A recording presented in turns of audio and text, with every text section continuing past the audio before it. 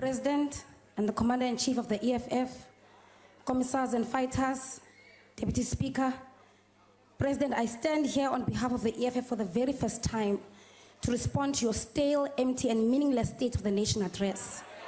Today, 25 years after the attainment of political freedom, the face of poverty, of landlessness, unemployment, homelessness, of poor health, of abuse, is still largely black. It is young and is most likely women. In your address, you only mentioned this identity once. You, Mr. President, have sold your soul to the captains of the industry, who are wholly white and are men. In return, you have made it your mission to sell dreams to the people on whose ticket you now occupy your office. While you are dreaming, sir, black youth are unemployed or languishing in jail because of your failure to secure their future. Black grandmothers are raped daily with under 2% chances of ever finding justice. And black people in general are still landless. They do not have the luxury to dream as your white-gotten wealth allows you to. I'm infuriated by your tone-deaf attitude to thousands of lesbian women subjected to corrective rapes and facing their tormentors in the streets because our criminal justice system cannot protect those who sex differently. Your government, Mr. President, is responsible for many and the most heinous of crimes. You jailed Kanya Kageshe, you jailed Boinkosi Kanyile, and are complicit for the brutal murders of Benjamin Petla, of Bongani Madonsela, just because they asked for a free education that you promised them when they were still toddlers in 1994. You have over 1 million students across all universities, but you can only accommodate just under 130,000 students. Where must the rest stay? Member, hold on. Without any intention to build universities. Honorable Chirwa, when you are spoken to, you stop speaking. Yes, Honorable Member. What are you raising on? Deputy, press the button there. Deputy Speaker. Yes. The Speaker on the podium said the President is complicit in murder. Yeah. I think that is unparliamentary. Yeah, it's sustained. It's correct. Honorable Member, withdraw that statement. Honorable Member, withdraw the statement. You listen to the presiding officer. On a point of order, Deputy Speaker. What's your point of order? She never said that. She said Honorable that Member? your government is complicit in murder. No. There's a court ruling about affirming that saying here in a joint city. Honorable Shivambo? Because when it was said by the Commander-in-Chief that the ANC government killed... Honorable Shivambo? That was affirmed by court, that is permissible speech. Honorable Shivambo? But also it's out of tradition. No. Honorable Shivambo? Disrupt maidens. You are wrong. That chairperson... Honorable Member? It's out of order. You must allow... Honorable Shivambo? Honorable Naledi to...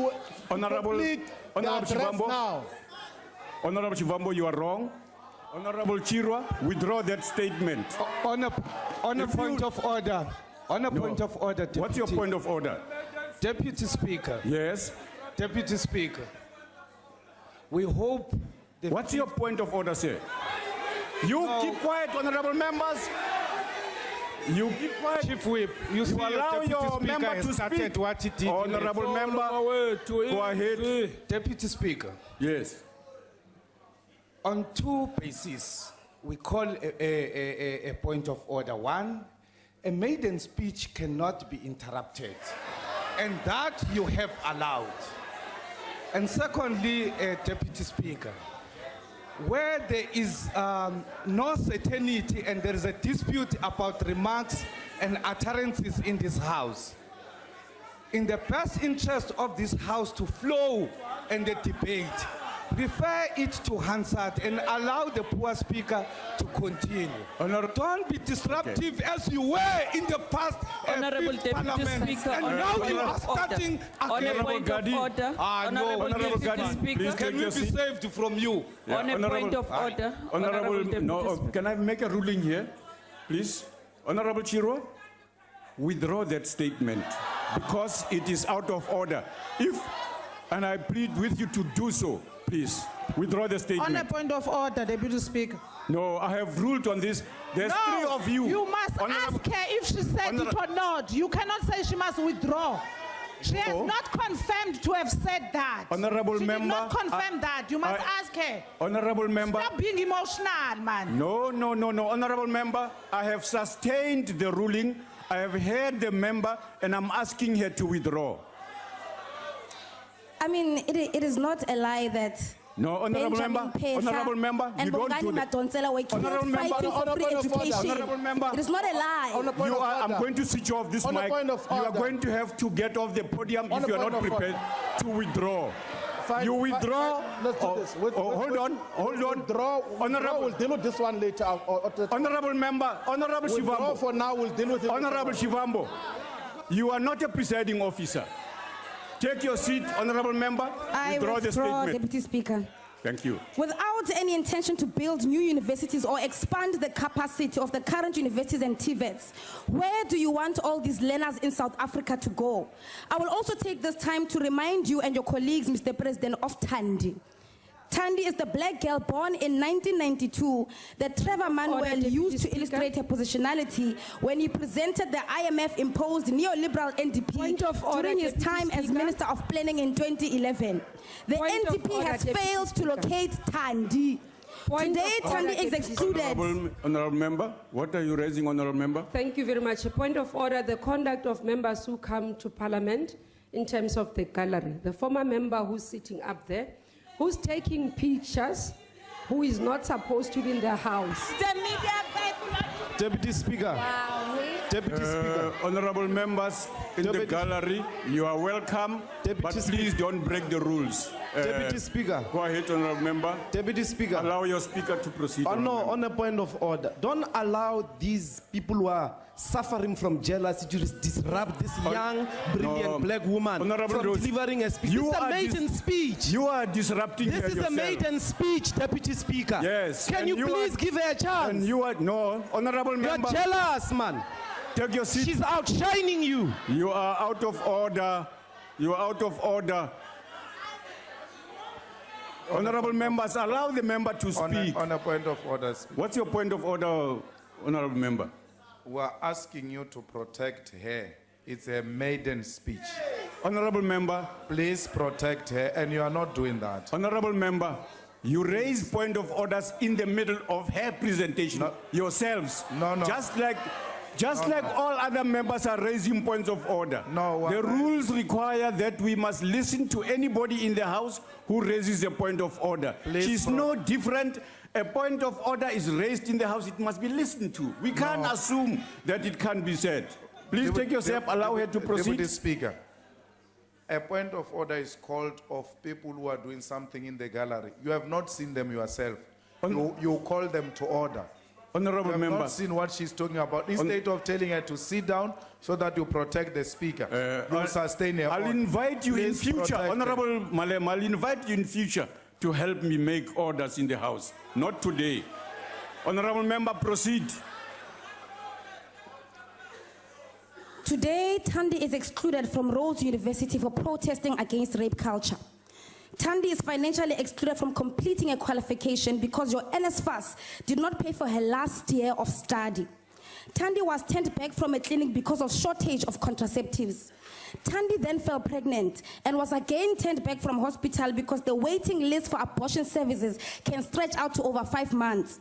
Thandi is now the 1 in 4 women who will live in absolute poverty for the rest of her life for having kept a baby she did not want and couldn't prevent carrying because of your government, Mr. President.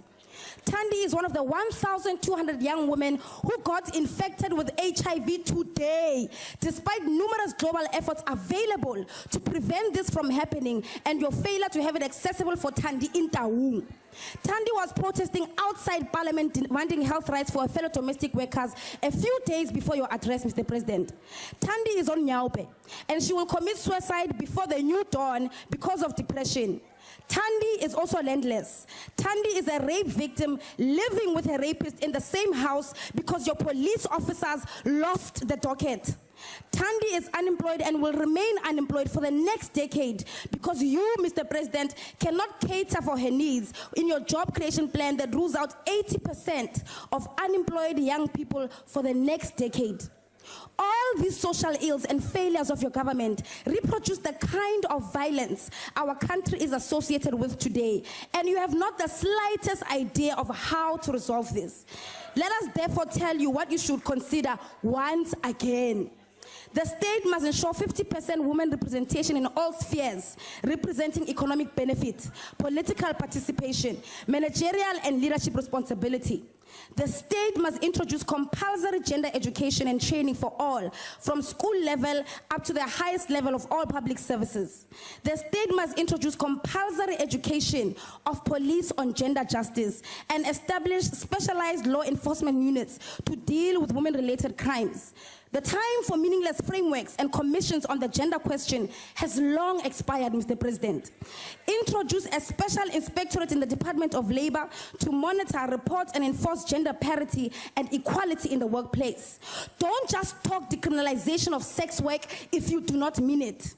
Stop unfair discrimination against LGBTQI individuals when they want to adopt children in need. Decommodify basic needs such as education and health so that they are driven by need and not maximization of profit. Your focus on health should be on primary health with commitment to attainment of universal healthcare coverage, quality clinics with strong immunization and vaccination programs, prevention, promotion, and education-oriented primary health care. Protect and promote informal traders and allow them to trade in the streets of Braamfontein, Sandton, Hatfield in Pretoria, Sea Point in Cape Town, and taxi ranks where women vendors get threatened with rape every day.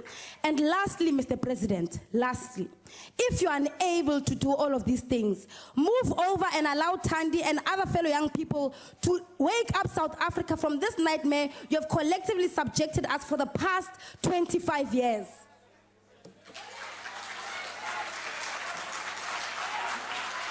Honorable Zungula.